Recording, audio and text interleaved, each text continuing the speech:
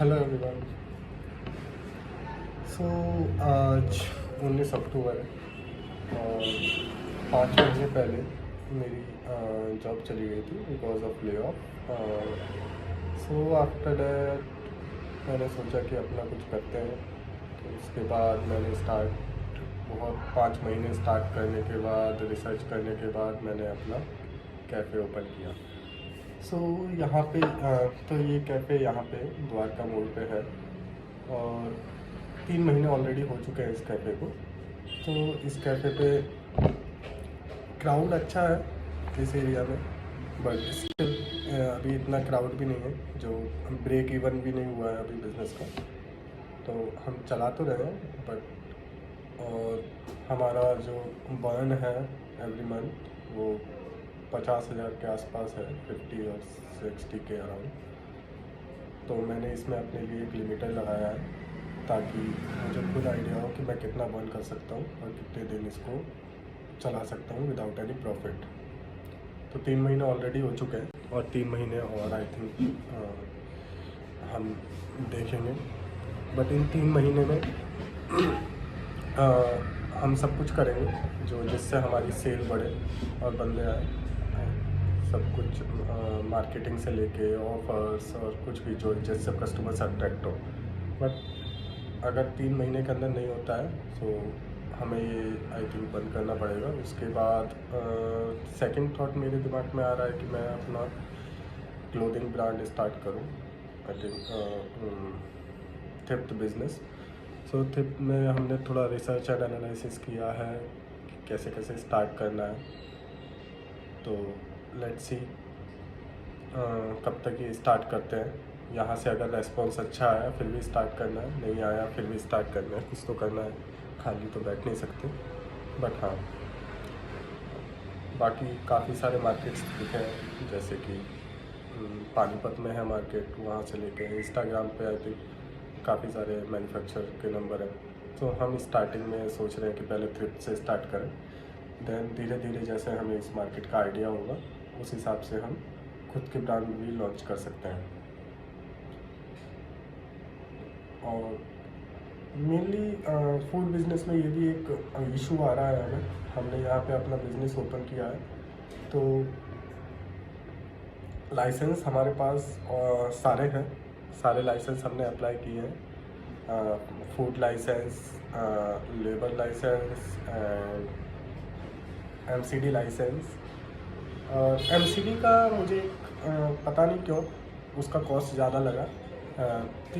30,000 के around MCD licence है for 1 year. तो स्टार्टिंग में बिज़नेस जो लो बजट में अपना बिज़नेस स्टार्ट करना चाहता है उसके लिए बहुत ज़्यादा है, 30,000। तो वो अगर कम होता, और ऊपर से सारे लाइसेंस होने के साथ भी यहाँ पे पुलिस वाले डेली आते हैं पैसा मांगने कि ये पैसा दो, तुमने दुकान खोली है, ये पैसा दो। अब रीज़न पता नहीं क्यों, हमने उनसे पूछा भी बट रीज़न तो नहीं बताते हैं। सामने से वो बोलते हैं कि भाई देना तो पड़ेगा क्योंकि यहाँ पे सारी दुकानें पैसा देते हैं। अब पुलिस वाले का मुझे नहीं लगता कोई राइट्स भी बनता है पैसा लेने का। अगर हम कोई इलीगल काम कर रहे हैं तो ठीक है, बट अब जो है सो है। यहाँ पे सभी देते हैं पैसा, वो आते हैं एवरी मंथ आता है कि भाई पैसा दो। तो हमारे पास इतनी सेल्स तो है नहीं कि उन बंदों को ही पैसा दे सकें, स्टार्टिंग में भी नहीं है। और सारे लाइसेंस होने के बाद भी हम पैसा क्यों दें? अगर हमारे पास कोई लाइसेंस भी नहीं है तो एटलीस्ट वो हमें बताएं कि आपके पास ये लाइसेंस नहीं है, आपके पास इतना टाइम है, इतने टाइम के अंदर अगर लाइसेंस नहीं बनता तो ये इशू हो सकता है आपको। बट वो बताते भी नहीं है लाइसेंस कैसे बनना है। और गवर्नमेंट वेबसाइट पे इतना हार्ड किया हुआ है सारी चीज़ें कि बंदे को पता ही नहीं चलेगा कि कौन सा लाइसेंस किस लिए चाहिए।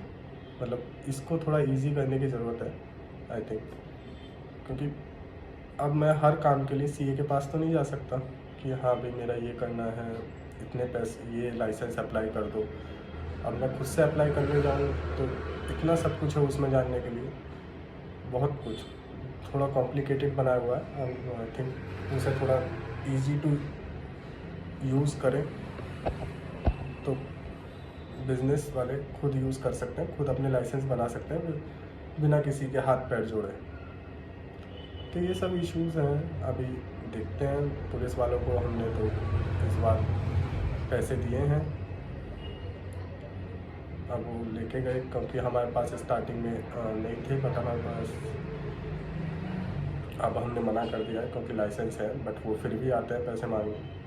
अब देखा जाए उसमें क्या होता है, क्योंकि बंदा सामने से तो वो बोलता है ठीक है भाई मत दे, बट पीछे कुछ ना कुछ तो फॉल्ट निकालता ही है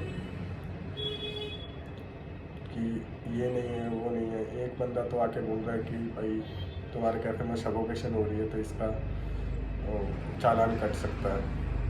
तो एसी लगा हुआ है यहाँ पे, वेंटिलेशन है, अब पता नहीं किस बात की सफोकेशन हो रही है, हम भी पूरे दिन रहते हैं यहाँ पे।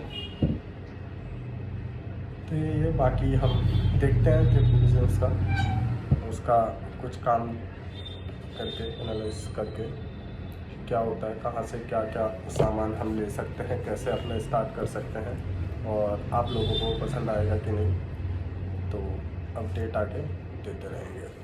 Thank you.